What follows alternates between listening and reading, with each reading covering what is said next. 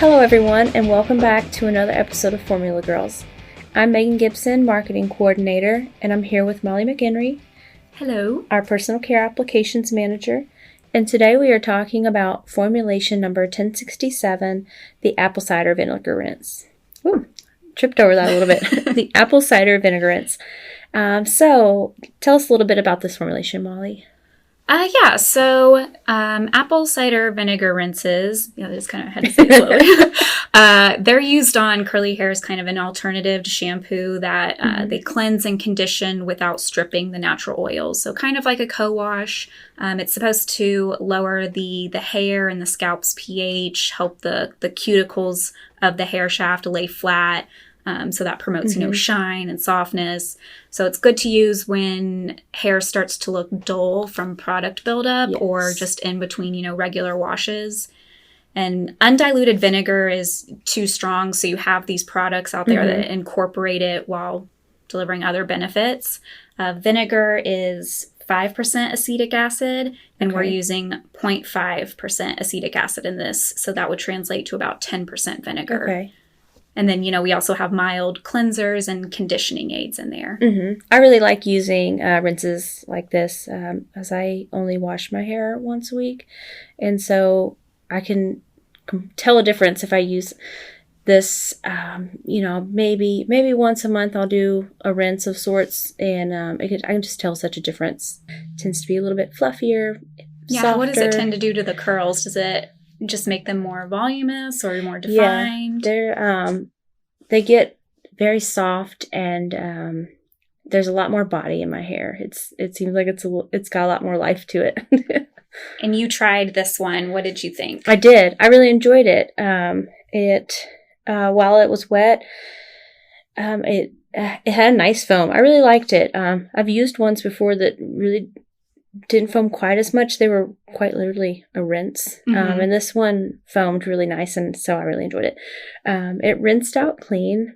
Great. And after it was completely rinsed out, my hair, even while wet, it still felt conditioned. It didn't feel very dry and sometimes a little bit brittly. If I do like a rinse or use even like a cleansing shampoo, sometimes, even just rinsing it, you can tell it's hard to find that balance between like clarifying and not, stripping. Yes.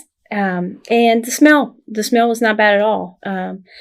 Once it was dry, like I said, my hair felt soft. My curls were bouncier, especially at my roots. And it looked and felt clean overall, and there was no smell. Great. And when it was dry, so. I actually like the smell of vinegar, but I know not everybody does, so it's good there was no smell. All right, so I see there's quite a few colonial products in this formulation, so tell us a little bit about it. Okay, yeah. So this doesn't use an anionic surfactant in there. We're actually just using an amphoteric, the colateric 2cm40Cg. That's giving us the mild cleansing and the foam. Okay. So we're using this rather than an anionic to avoid overstripping the hair. And it also happens to be salt-free and methanol-free. So that might be, desired in a curly hair product to prevent drying. Right. And that colateric 2cm40Cg is disodium cocoampho dipropionate? Propionate? Yes. Good. Yeah. And then we have a couple of conditioning aids in there. We're using two different ones to kind of balance conditioning and foam. Okay. Both of them are bio-based, liquid, water-soluble, lightweight, so they're designed to be easily rinsed, not build up and give you that greasiness, but still, detangle so you can get a comb through your hair. So that's the Colac 426 and the Polysugarquat TM8610P. The Colac 426 is the more conditioning one. Okay. It doesn't diminish the foam, but the Polysugarquat TM8610P is actually a good foamer itself. Nice. We have, the Polysugarquat line that has several different products in it. There's different options for conditioning versus foam. So this TM8610P is kind of the least conditioning of the line with the highest foam. Okay. So depending on how much conditioning you wanted this product to have, you could switch to one of the higher conditioning Polysugarquat megawatts. That's good. Yeah. Okay, and the Cololac 426 is isoterimidopropyl morpholine lactate, and the polysugarquat TM 8610P is the polyquaternium 77. Yes. Yeah, and then after that, we have the Colomoist 200 in there. So cationic humectant to reduce flyaways, moisturize the scalp, and even strengthen the hair. We've done outside lab testing for rinse-off formulas that show it's good skin moisturization and that it can reduce breakage in hair.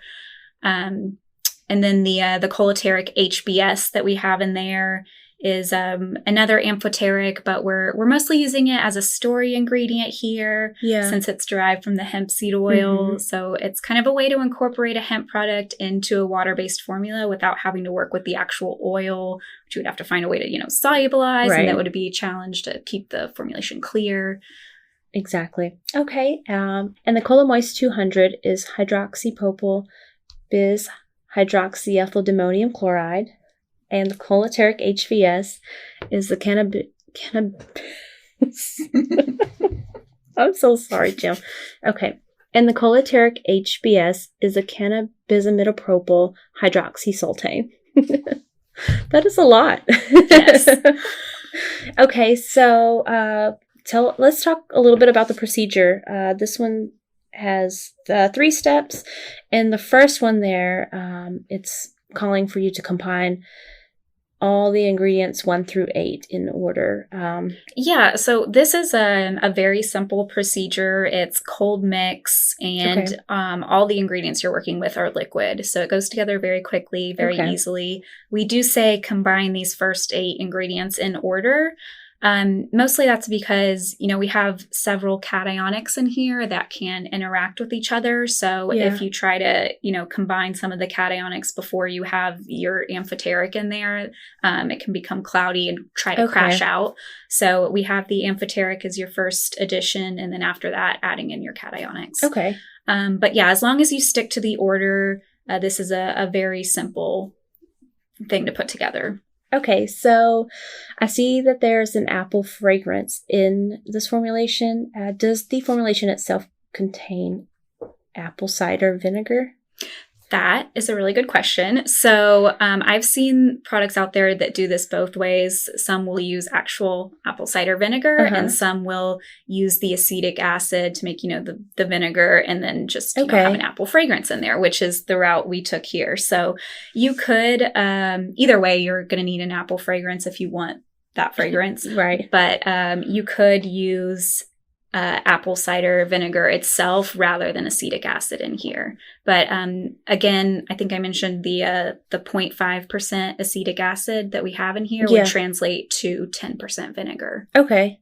All right. That's good to know. So if you took that out, I guess you could replace it with 10% of the apple cider vinegar. Okay. And then the last, with ingredient 10, the citric acid, that's just to adjust the pH levels? Right. Okay. Yes. Cool. Well, thanks, Molly. I appreciate that. All right, everyone. That concludes this episode for the apple cider vinegar rinse, formulation number 1067. It is available for download by visiting our website at colonialchem.com/formulations. It is intended for use as a starting formula and may be modified as needed. Colonial Chemical does not guarantee exact results, but we are ready to help you in any way with your next formulation project. Visit colonialchem.com/formulations, and thank you all for joining us.